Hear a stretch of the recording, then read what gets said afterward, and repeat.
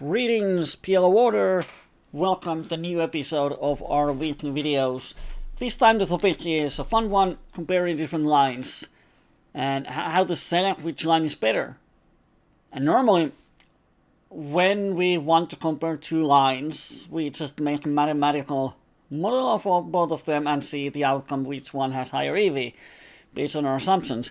Today we're going a bit further, and we're not just comparing two lines, we're comparing multiple lines, and I'm going to show you how.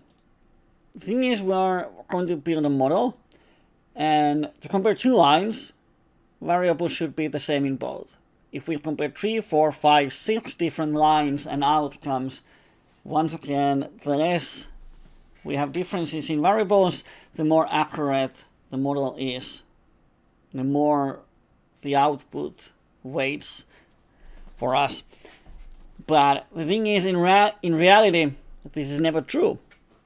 Like, if we compare aggressive and passive line, then opponent might weigh differently. If we are passive, if we are aggressive, if the turn is blank, he might play differently than if the turn is a scare card, and so on, so on. If he's good in reading hands and ranges, he might play differently on certain rivers. If he doesn't care about our hand, he's going to play differently than the previous player on the turn and river. So the thing is, we always have to make rough estimations and rough simplifications. And today, we're going to make simplifications.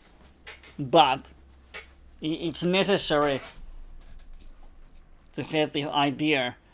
And the idea in today, and the concept I'm going to show you, is just to clarify how your decisions and our decisions affect the future situations. The decision we make on the flop, how it affects the turns, how it affects the rivers. And we're not going to roll any numbers today. We're not going to calculate what's the EV of check raise versus check call on the turn. You can do that in PokerJuice or whatever software you have. But I'm going to show the concept of how to estimate outcomes. If we don't know on the flop, should we check call with top set or check raise, then I hope these concepts helps you to understand a bit further. Because if we play good poker, it's like chess. We think multiple moves ahead. And in poker, where the time is limited, you just can't do that thinking process on the table. You have 30 seconds on the flop, and there's a lot of things you have to process during the 30 seconds. And now if you start to think, if I raise, what's going to happen on the turns, what's going to happen on the rivers? If I call, what's going to happen on the turns, what's going to happen on the rivers, and so on. You just don't have time. But if you do this model at least 1 or 2 times, it helps you to understand the outcomes. And I'm going to show it to you with a game tree builder. And this is pretty much game tree builder where we can just add dots, and this is game tree. If you're not familiar what the hell this means, then I'm going to explain in short. Here is our situation. Let's say it's on the flop, and let's say we have 2 possible decisions. Here is a raise, and the lower one is a call. Those are our options. If we raise, it opens new part of the game tree, so possible future situations. We raise, and then let's say we have 3 different turn cards. We have cards that help us, cards that are helping our opponent, which are real bad for us, and then there are blank ones. So if we raise, there are 3 different turns. If we call, there are 3 different turns. Of course, in reality, there would be 45 different turns in both. But to simplify, we make buckets. Of course, there could be just 2 different turns. Ones that help opponent and everything helps us. But there are, like if we have a set, peril cards would be the ones that help us and affect how the turn is played. Then there are those turns that completes a draw. And then the third one is total blanks. And each one of those creates a unique kind of turn situation. So I hope you followed so far. In reality, there would be 45 different turns on both, so that flop decision would create 90 different turn situations, and each one of those would create 44 different river situations, and so on. So it gets a bit complicated. So let's just keep it simple. So I'm sorry, on this app I tried to find good game tree builder app, but no one has done where I could write here things. I just can't. I can just add dots and then make the tree. But I'm going to open it in another software where we continue from here. But let's build up the tree. So on the flop, we have raise on the top, call on the bottom. Raising creates 3 kinds of turn situations. Calling creates 3 kinds of turn situations. Then on the turn, we pretty much say, let's say we are out of position. On the turn, on each of these, we have 2 different options. We can bet or we can check. So each one of these creates 2 different possible futures. If we call, then on each of the turns, we have still 2 options: check or bet, check or bet, check or bet. So now you can see that the game tree starts to explode. So on the flop, we had 2 options, and based on those 2 options, when the turn comes and we are out of position, now we have 1, 2, 3, 4, 5, 6, 7, 8, 9, 10, 11, 12 different possible outcomes. And then whether we bet or we check, then opponent does something which creates 2 more outcomes. Actually, it creates 3 outcomes, because if we bet, let's say the aggressive line is on top, if we bet, he can check, call, or fold, check, or raise. So we are going to add 3rd option on each of these top decisions. If we raise, and then whatever the turn is, we decide to check, then opponent can check or bet. So now you can see that the possible futures is going to explode. And this is just the turn. And then on the turn, if opponent raises, we always have the option to call or shove. So we could add here 2 more these ones. And if we bet then he calls, then there's going to be pretty much 2 different rivers. And here each one of these options would add 2 more rivers. So you can see that it starts to be complicated, and as I cannot write anything, I cannot be 100% sure that this is actually even the realistic presentation of the outcome, but you will get the point. And now each one of these is possible river situation. And then on the river we have pretty much 2 different options very often. Either we stack off or don't. We could also have either check or bet ourselves and then check, fold, check, call. But if I want to keep it simple, I just give 2 different river outcomes. And you can see that thank God poker is only 3 street game, because if there were 4 streets, these would explode. But this is not, if we want to calculate EV of each outcome, then this would have to be more precise. But now I'm just going to finish this and then show you what we're doing. But if nothing else, this should show you that on the flop we have 2 different options, either raise or call. Let's say we check our set and opponent bets, we can raise or call. And it seems simple, okay, 2 options, not that hard. Then turn comes, we have 4 options on the river, not that much. It's like the story about the guy who did something and the king asked, what do you want for reward? And he said, I want rice. And I want 1 grain of rice on the chessboard, first square.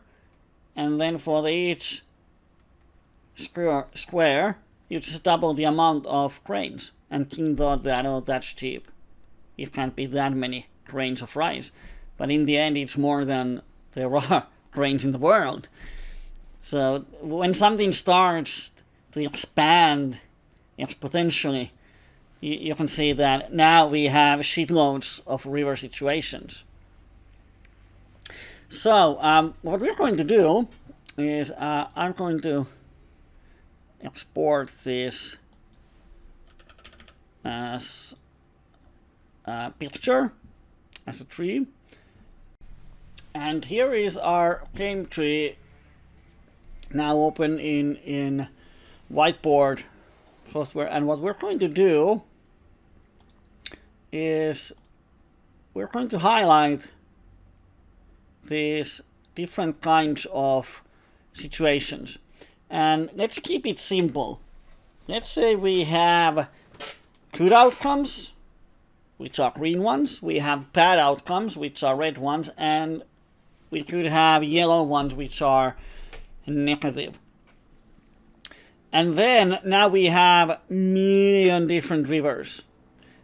And based on whether the river situation is good for us or bad for us, then we are just going to mark them. And let's say that if the river situation is good, we mark it as a green.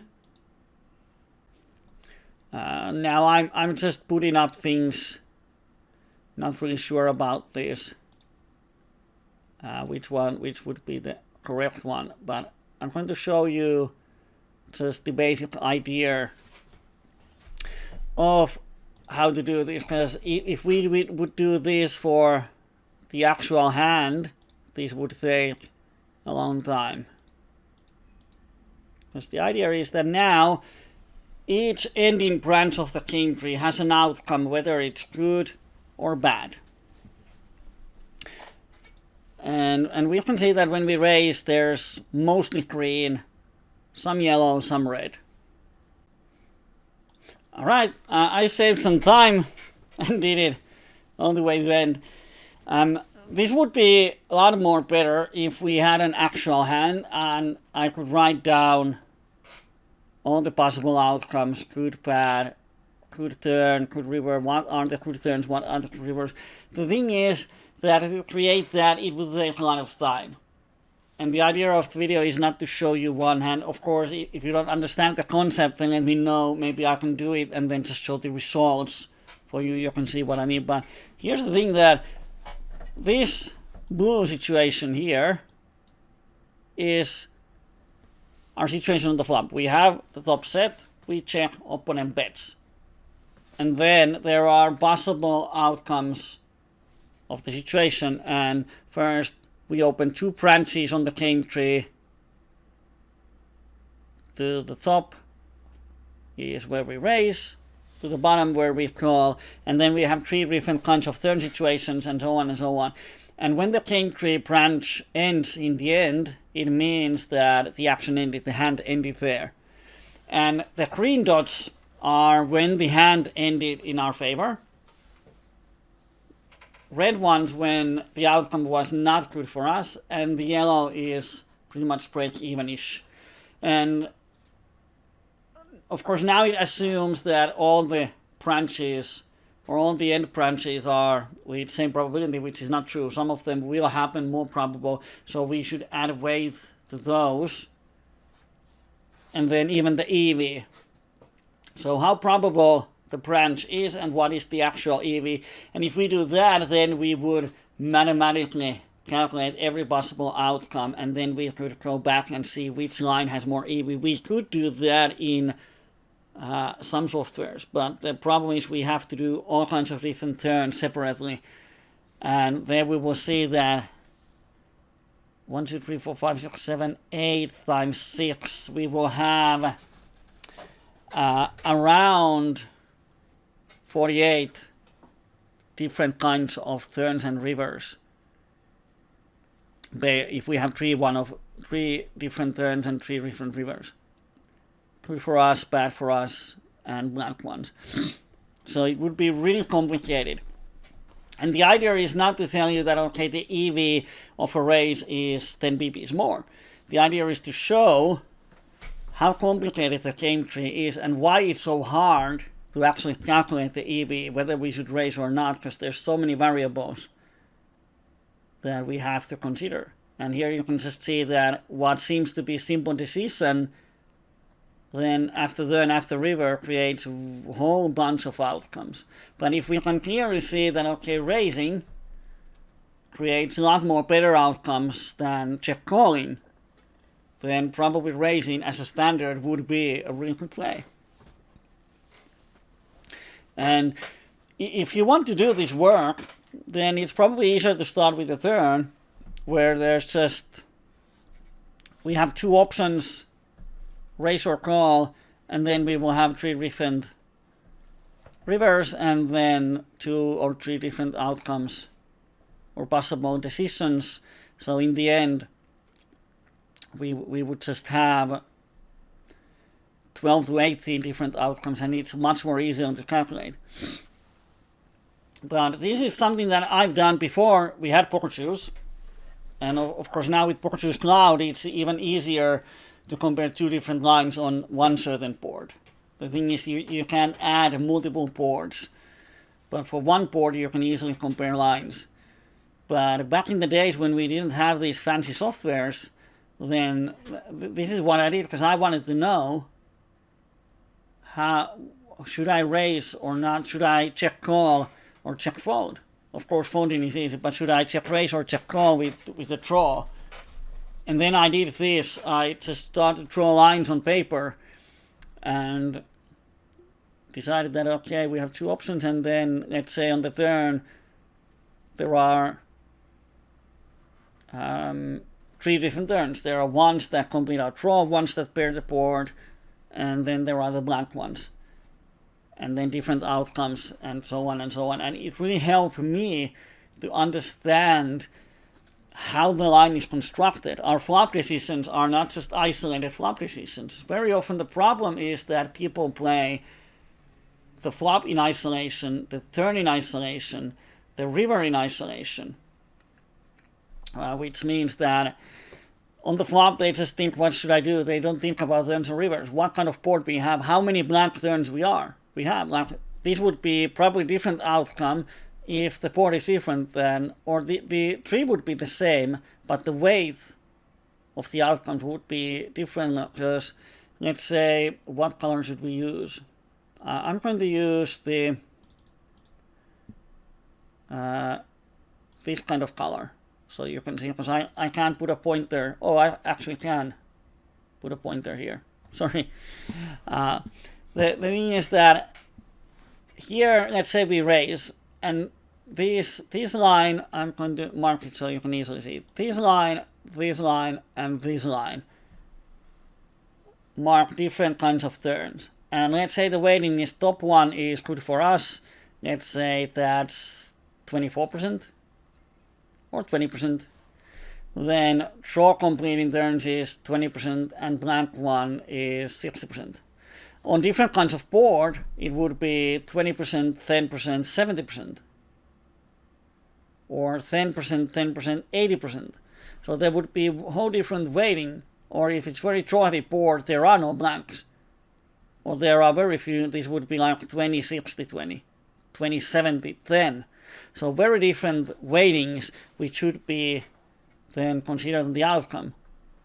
Like we have these brands, and these brands has the same amount of green, but one of them is 4 times more probable. Or the middle one has most reds, but it's very improbable. So you have to put in those. And if this seems complicated, then you should definitely put some effort into understanding it. Because in poker, we cannot play isolated flop, turn, or river. Then we're going to probably make flop decisions that puts us in turn and river situations that are not good for us or we don't know what to do. But when you start to understand the poker as a 3-street game, where you have to think like here, on the flop, the possible decisions are 1, 2, 3, 4, 5. So after you make the flop decision, you still have 4 to 5 decisions to make. And if you're like a chess player that you already think ahead, or you don't really have to, when you're playing, you don't have to think ahead. If you have done the work before, you already know sort of what your standard line in each of these branches. And you have done the comparison, you have reason to justify that raising on this board is better outcome. So you understand why it's better and you know how to play the different branches, but you're thinking ahead.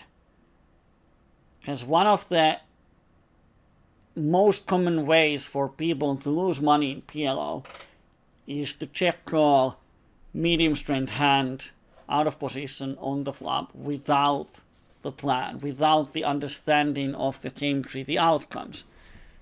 We just think that, okay, I'm ahead of my opponent's range, I can easily call, but we don't understand that there aren't, the good turns is like 10%, bad one is 60, and black one is 30, and even on the black ones we have crappy hand, so we can see that if we call, there aren't like many good outcomes, because we don't know what to do.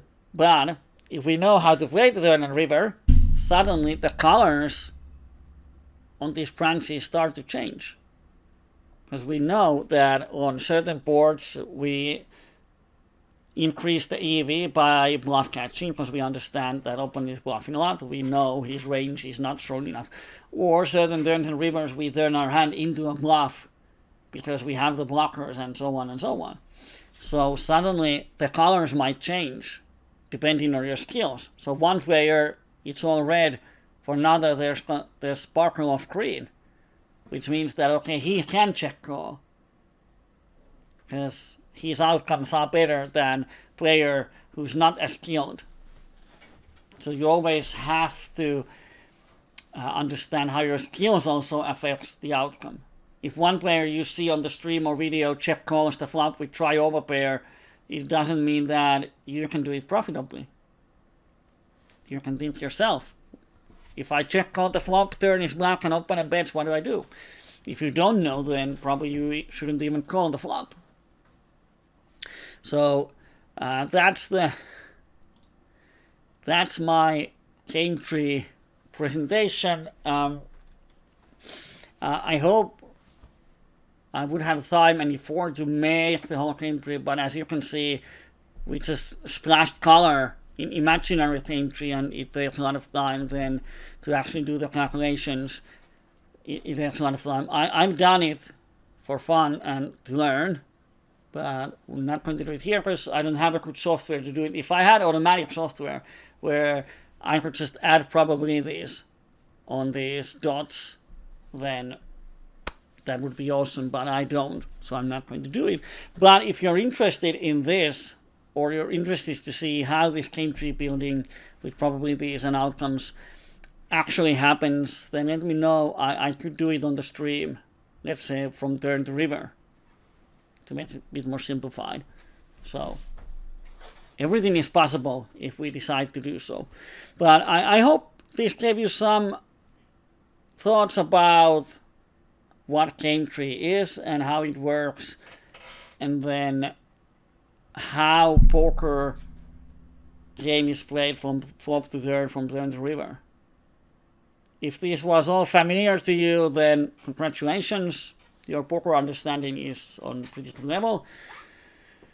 But if you play flops, turns, and rivers as isolated instances, then hope this clarifies how the flop decision has a huge impact on the future of the hand. And even the turn decisions, there's many possible outcomes and so on. So I hope you enjoyed this one. There wasn't a lot of numbers. On the next video there will be a lot more numbers and actual hands. But I will see you then. Until, stay safe in the galaxy. Bye bye.